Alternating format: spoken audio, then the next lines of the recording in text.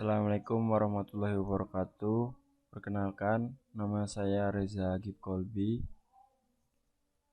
Saya dari kelompok 7 mata kuliah Ekonomi Internasional. Kelompok saya akan menjelaskan tentang organisasi internasional. Kelompok saya sendiri terdiri dari Dede Bakhtiar, Ani Kotul, Lastios Teja, dan Muhammad Subhi.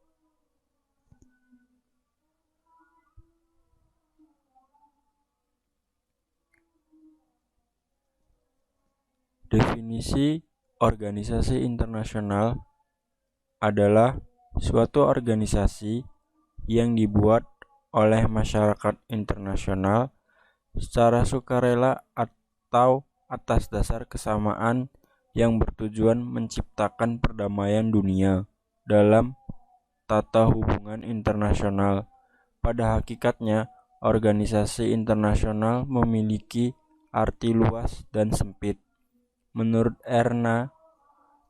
N.A. Mariam Green, organisasi internasional adalah organisasi yang dibentuk berdasarkan sebuah perjanjian di antara 3 atau lebih negara.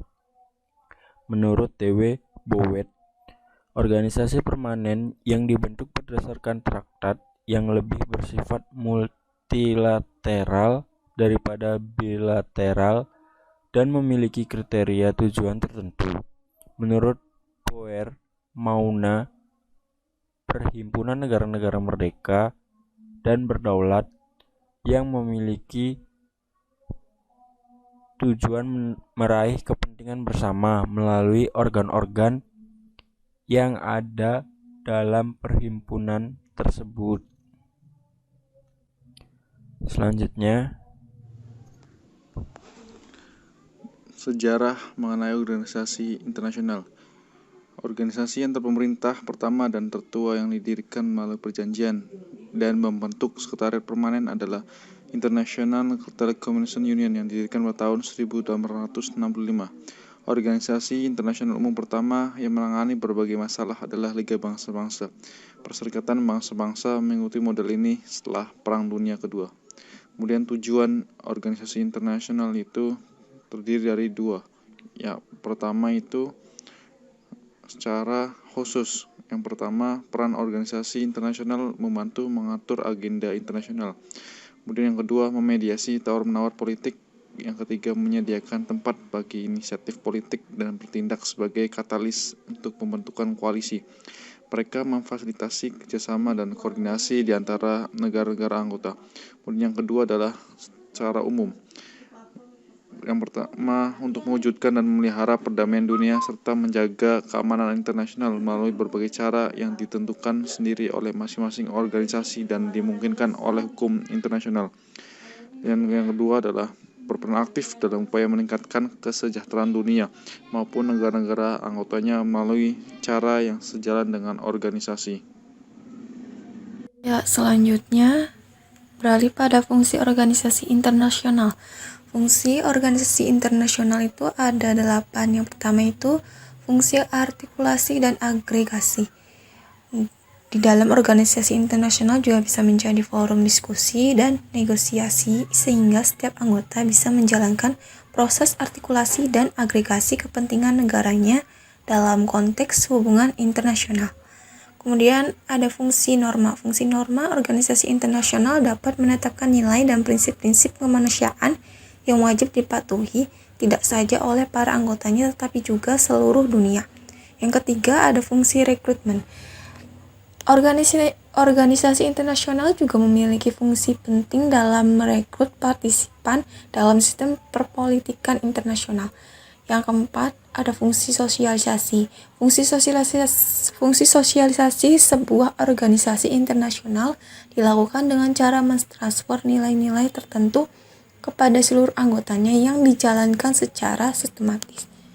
Yang kelima, fungsi pembuatan keputusan. Keputusan yang dibuat organisasi internasional biasanya ditetapkan dengan mempertimbangkan dan merujuk pada tindakan di masa lalu, perjanjian ad hoc, dan sebagainya. Yang keenam, ada fungsi pengesahan peraturan.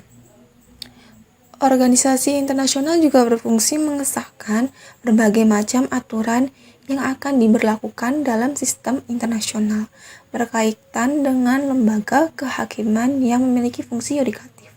Yang ketujuh, ada fungsi informasi. Fungsi informasi itu setiap negara anggota organisasi internasional memiliki peran yang sama dalam mencari, mengumpulkan, mengolah, dan menyebarkan informasi dalam rangka kepentingan umum. Yang terakhir ada fungsi operasional. Fungsi operasional dalam organisasi PBB termasuk beberapa organisasi yang menjalankan fungsi operasional seperti UNICEF atau perlindungan anak dan UNHCR atau mengatasi masalah pengungsi. Selain itu ada juga organisasi. Baik, selanjutnya kita membahas organisasi yang diikuti Indonesia. Jadi di sini Indonesia mengikuti dua organisasi yaitu PBB dan ASEAN. Organisasi yang pertama, Perserikatan Bangsa-Bangsa atau yang kita kenal sebagai PBB atau juga United National yang kita kenal UN. Itu adalah organisasi internasional yang merupakan perkumpulan sebagian besar negara yang ada di dunia. Organisasi ini didirikan pada tanggal 24 Oktober 1945 di San Francisco, California. Dan ini memiliki markas besar di New York, Amerika Serikat. Tujuan dibentuknya PBB adalah untuk menciptakan perdamaian internasional, menjadi penghubung antar bangsa, dan membantu mengatasi persoalan masyarakat dunia seperti kemiskinan, mengatasi penyakit dan buta aksara, serta menghargai hak dan kebangsaan manusia. Organisasi yang kedua ini adalah ASEAN, Association of Southeast Asian National. Organisasi ini merupakan wadah kerjasama negara-negara di kawasan Asia Tenggara yang didirikan pada tanggal 8 Agustus 1967 di negara Bangkok, Thailand. Dan kini beranggotakan 10 negara. 7 ASEAN adalah untuk menciptakan kawasan Asia Tenggara yang aman, damai, stabil, dan sejahtera. Selain sebagai salah satu negara pelopor berdirinya ASEAN, Indonesia juga memiliki penyelenggara KTT ASEAN yang pertama. Selain itu, Indonesia juga dalam menyelesaikan konflik dengan menjadi perantara perundingan damai, membantu para pengungsi akibat konflik ataupun bencana dan lain-lainnya. Baik, untuk selanjutnya saya akan membahas macam-macam organisasi internasional.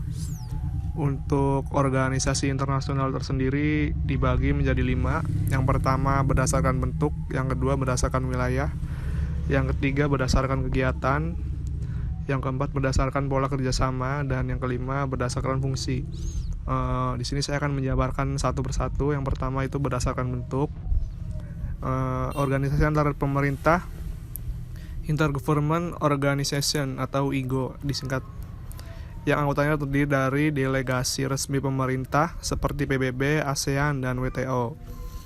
Yang kedua berdasarkan wilayah, organisasi internasional global yang wilayah kegiatan dan keanggotaannya mencakup seluruh dunia seperti PBB, OKI, dan GNB. Lalu kemudian berdasarkan kegiatan, bidang ekonomi, bidang kesehatan, bidang komoditas, dan bidang perdagangan. Kurang lebih seperti itu.